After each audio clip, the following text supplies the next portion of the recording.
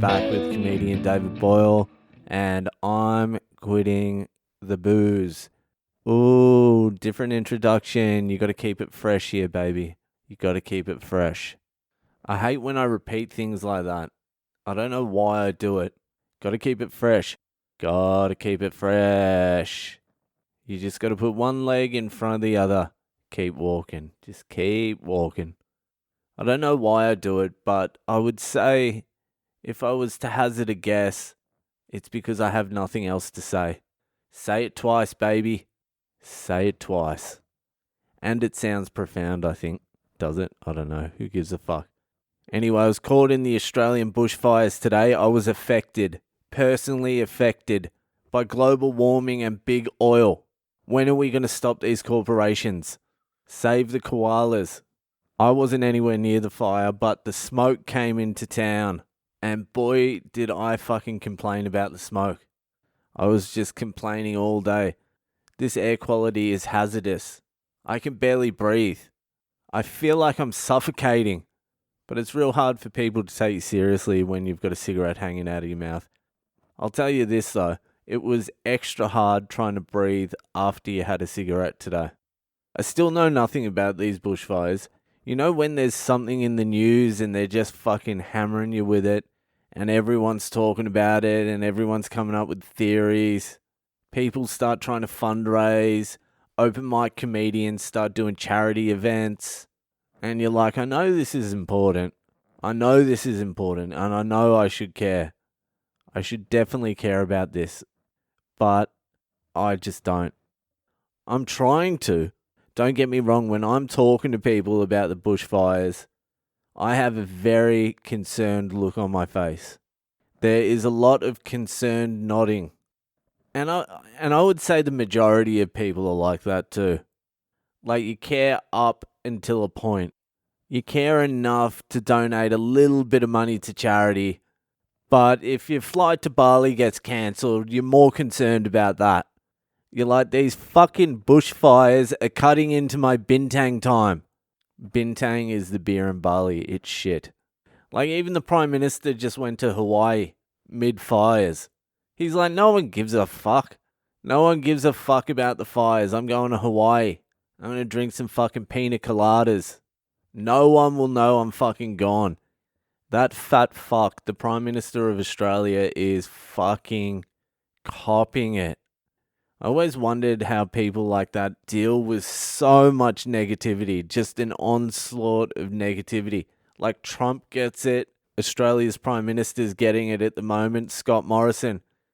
I saw the Prime Minister speak once at a function. This was way before he was Prime Minister. This is like 5 years ago. I was working bar at a function for the Lebanese Chamber of Commerce or something like that. It was for the Lebanese business community. And Scott Morrison was the guest speaker for the night.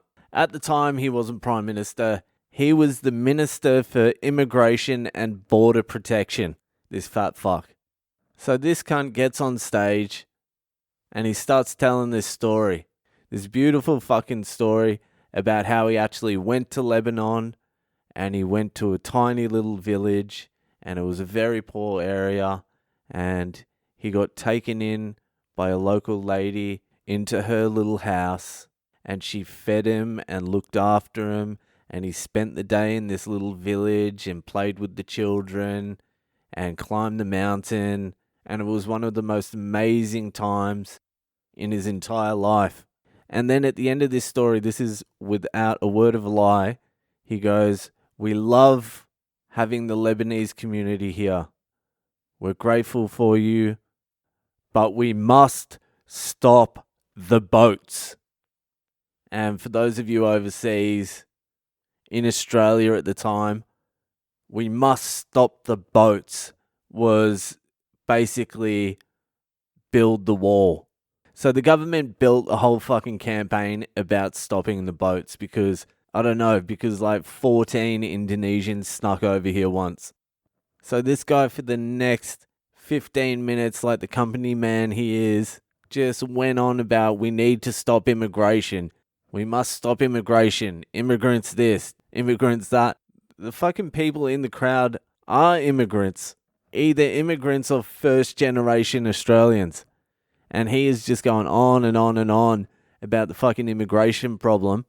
And I'm watching the crowd, and at first the crowd thought he was joking. They laughed when he made the segue from the beautiful story to we must stop immigrants. And then they realized he wasn't joking. And then they were silent. Then there was a little bit of murmuring amongst the crowd. Then the crowd just started talking like he wasn't even there. And he just continued. Like a comic bombing who doesn't know he's bombing and wants to finish his set. And I remember thinking at the time, I'm like, this guy is definitely going to be Prime Minister one day. And we're in fucking trouble. This guy is a fucking stone cold fucking sociopath. It made no difference to him who was in the crowd. Whether it would have been an empty room with a cleaner, the fucking KKK, or the Lebanese Chamber of Commerce, it made no fucking difference. He had what he was going to say, and that's it. And now everyone hates him. And to be honest with you, he's a fucking hateable dude. Just look at the fat fuck's face. Google him. I don't even give a fuck about his politics either. Just Google that head. It's a head I'd like to punch. Alright, that is going to be a boring one for anyone who doesn't give a fuck about anything. And also, I just want to throw this in there. I do not give a fuck about politics at all. I've never voted. They're all scumbags. Big business and corporations, that's who I believe in.